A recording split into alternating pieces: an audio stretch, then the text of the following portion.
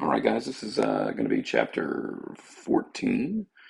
And this is going to be taking place instead of our in-class lecture that we would have had today. You can thank the Houston Astros and the World Series victory for that. So I'll try to get through this as quickly as we can.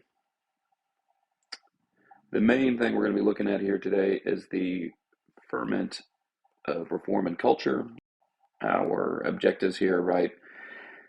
Explain how and why national culture develops from 1800 to 1848, right? And what this means is really like how do we become different than Britain and Europe, really? And it's going to be rooted in the ideas of Romanticism. And what that means is basically it's a rejection of the sort of like rationalism of the Enlightenment and all that sort of stuff, and movement towards more emotional feelings and outpouring on stuff like that. And what's going to do, Romanticism is also going to help lead to the Second Great Awakening, which we'll talk about more causes for that when we get there. But this is also tied into Romanticism, and like we talked about with the Market Revolution, that whole like in their own hands idea, right? Oh, I could spell there, that would be better, right? In their own hands. The idea being that like much like in the market revolution, how people felt like, oh, if I work hard and like do what's right, I can better myself. Well, it's the same kind of idea here, and we'll get more into that as well. And then lastly, these reform movements, right? How and why we get various reform movements during this.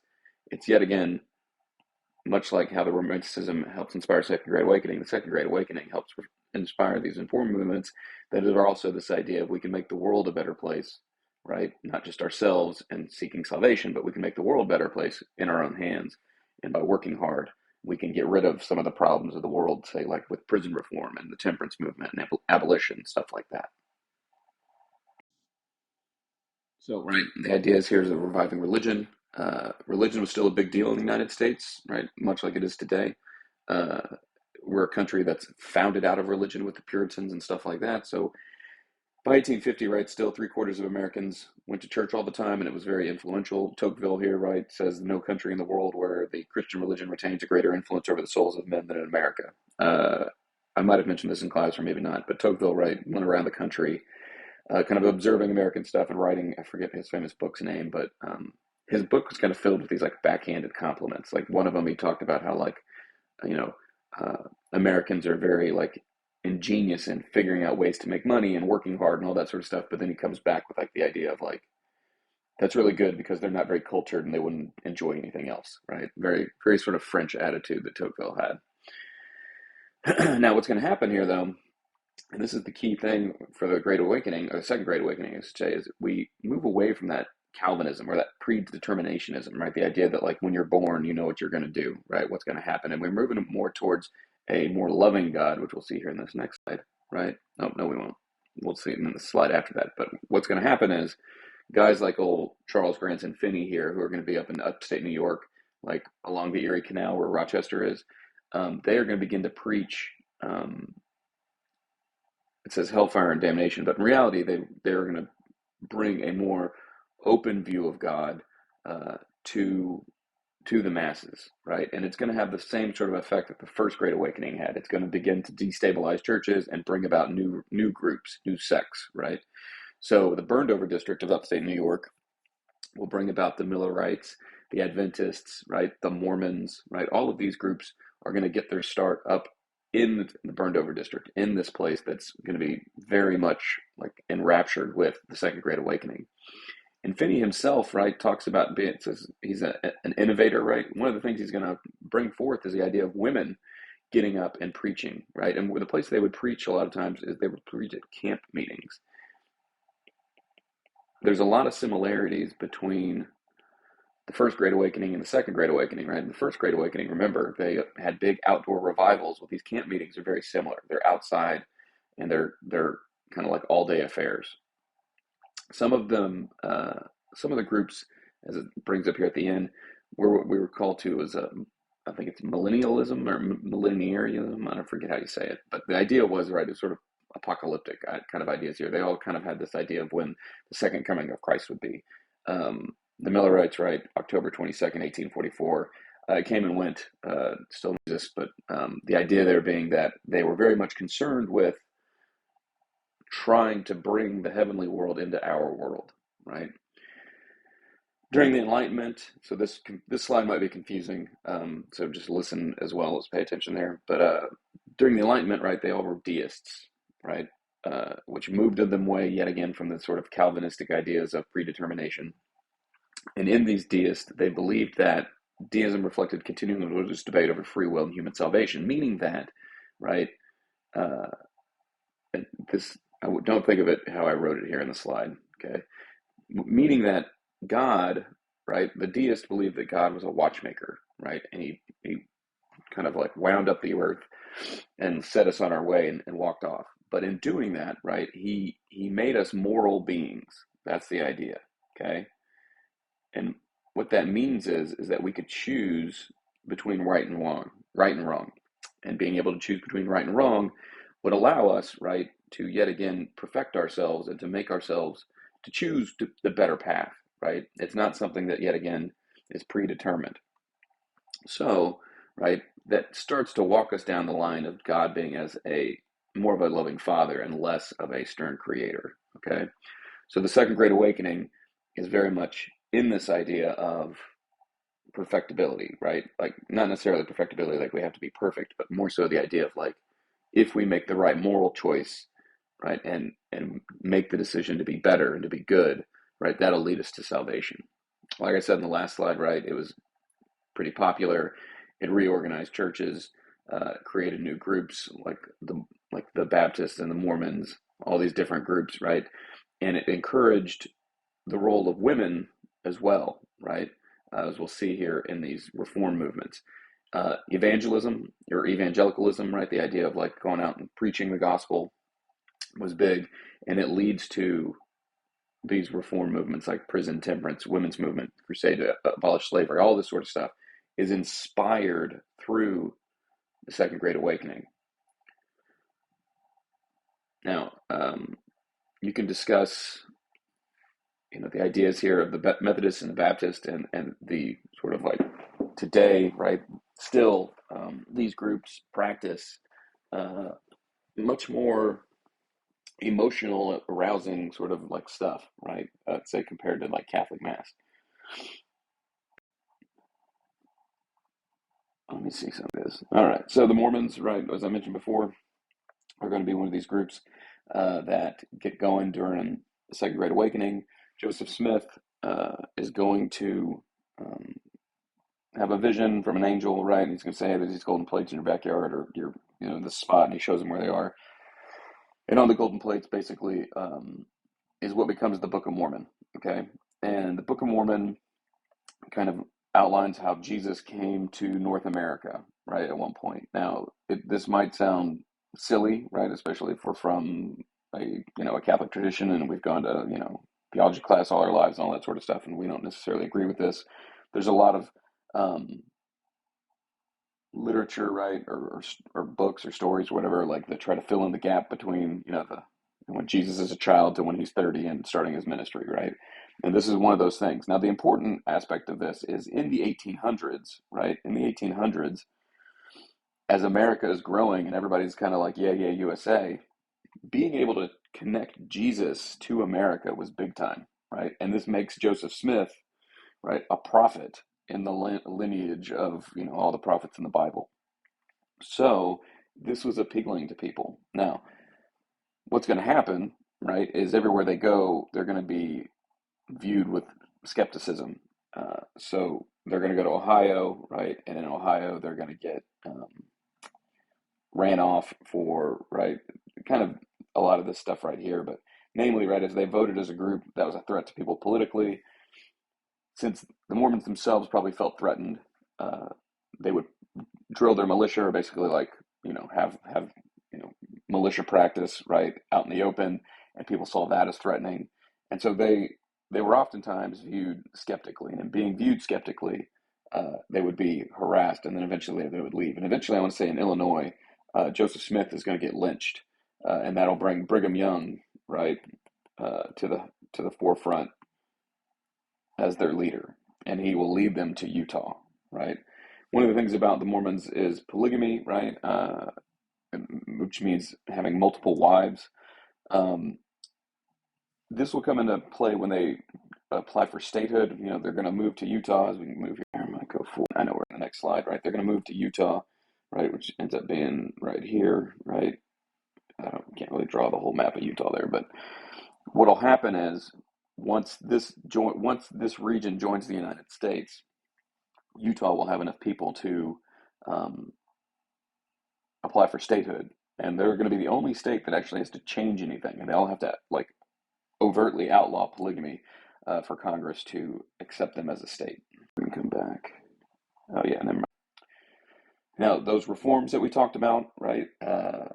One of the big ones is going to be education. All right. So tax-supported primary schools were not like seen. You had to be a private, an institution that was funded by people with money.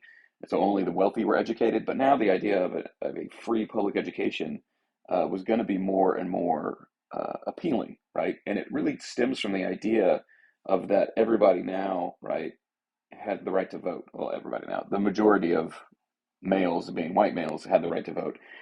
And it seemed like the best thing to do was to educate those guys if they were going to vote, right? Horace Mann is going to be our big reformer for education. He's going to be in Massachusetts.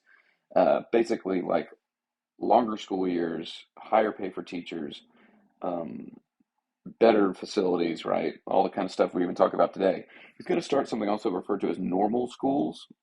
Now, I know this might sound silly or sound strange, but the idea of a normal school was to set up norms or teaching norms. So it's kind of like a teacher school.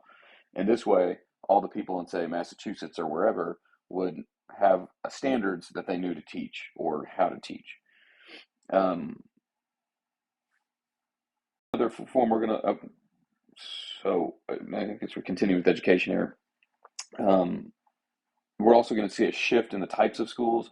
Remember the first colleges that we had were uh, religious schools, like Harvard and all those schools initially were set up as religious, theological schools.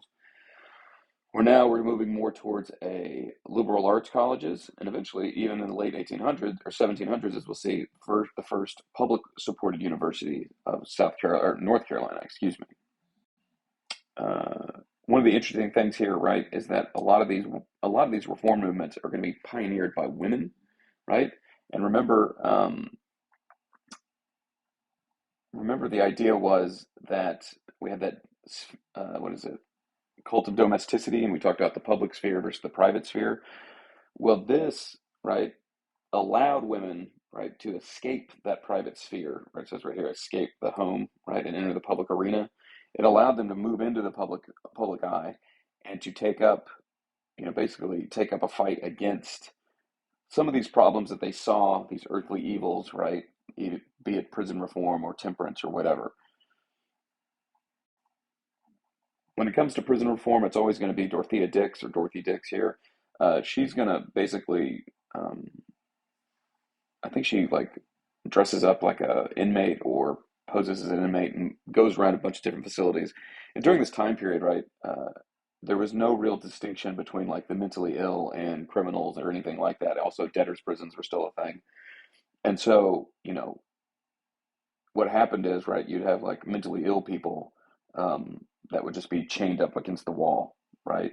And what you would do is the state would provide prisons or whatever money for taking care of these people, and those facilities would just try to get as many as they could.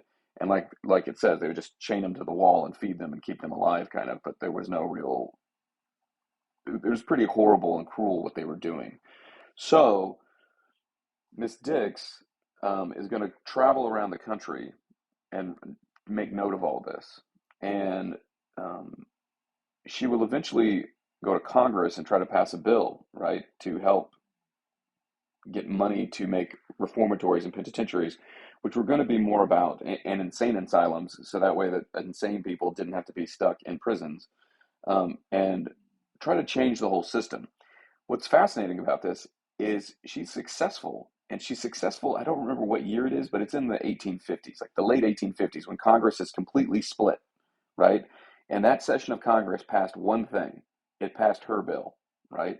Which showed that prison reform was a bipartisan, meaning across both parties, a measure that they both agreed with. So her prison bill, right, was able to something that the South and the North got on with. Another one's going to be the temperance movement. Okay, the temperance movement is going to be basically against the consumption of alcohol, and during this time period there was the consumption of alcohol was way higher than it is today. And in doing that, right, they wrote these pamphlets and had these very, it's kind of like propaganda. But what happened is people, a lot of men would, especially the working class men, would drink too much, and bad things would happen, like they would spend all their money on alcohol, or they would hurt their families, and all this sort of stuff. And what you're going to start to see is a line being drawn between people that viewed themselves as middle class or upper middle class, right? And then low class slash immigrants, right? And the idea was, right, that if you wanted to be an up and coming businessman, much like in the market revolution, like if you wanted to take the world in your own hands and make it better and like make yourself better, you didn't drink.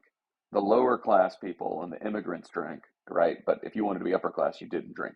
Now, this isn't necessarily like the true aspect of it, but this is how people perceived it, and so it kind of became that sort of aspect of it. The Women's Rights Convention, you're going to get Elizabeth Cady Stanton, eventually like Susan B. Anthony, right? They're going to meet at Seneca Falls, New York. They're going to invite, I want to say Frederick Douglass and some other people there to discuss these ideas you know, of equality for women. And so they're going to have their Declaration of Sentiments, which is inspired by the Declaration of Independence, that all men and women are created equal. There's a list of things, right? Um, and it's more of a ceremonial thing. Nothing really like happens of it, but it shows. It shows the beginning, right? The beginning of the women's movement, right? And this is where we start from, like, this point forward, kind of always talking about women's rights. Up until this point, right, the main time we've talked about women's rights is like, Abigail Adams telling John Adams, like, don't forget the ladies or whatever, right? So this is where we start to see this movement going on. And unfortunately, I mean, I don't know if I should say unfortunately, but it's kind of going to take a back seat to temperance. It's kind of going to take a back seat to abolition, right? And so while those other things are going to have higher profiles at times, the women's movement is always going to be sort of like tagged on to those things, right? It's always going to be like a rider until 1920, when we start to see the passage of the right to vote for women. Now, along the line of that first objective we had about American culture, right? As I said, Romanticism is the big uh, thing during this time period. And so Romanticism is, yet again, it emphasizes the emotional, right? And emotional stuff, right? You kind of like glass over, when you romanticize something, I should say, you kind of glass over the hard aspects of it, and you remember the fondness of it. It's kind of nostalgic at times, if you want to think about that.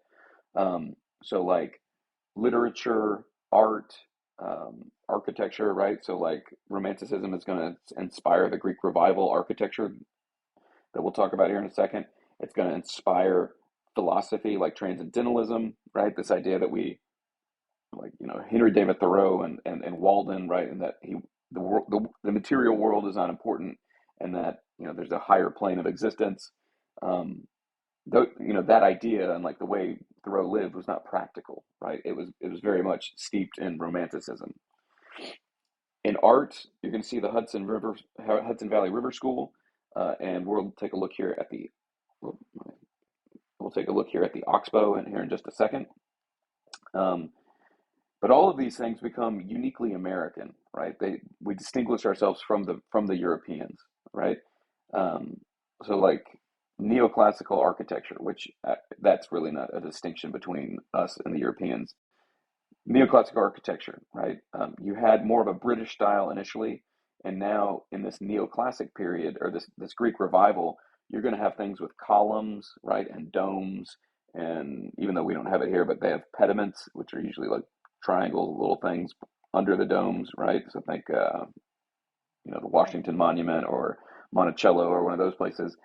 And this will be going on in Britain too. But in this idea, right, they're trying to tap into the like the Greeks had democracy, we have democracy. Let's make buildings like theirs, right?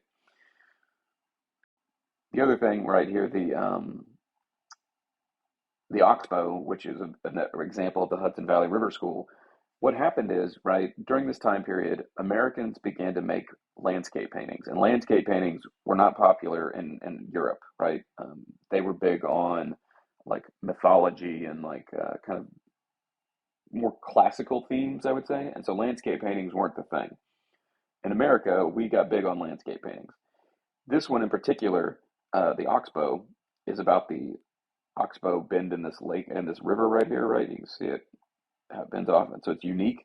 But more so, there's more going on. If you draw like a line right here, right? Everything on this side, on the left, is supposed to be like wild, untamed. You can see this like storm. There's like a lightning bolt over here. You can see this tree has been struck by lightning, and it's overgrown, right?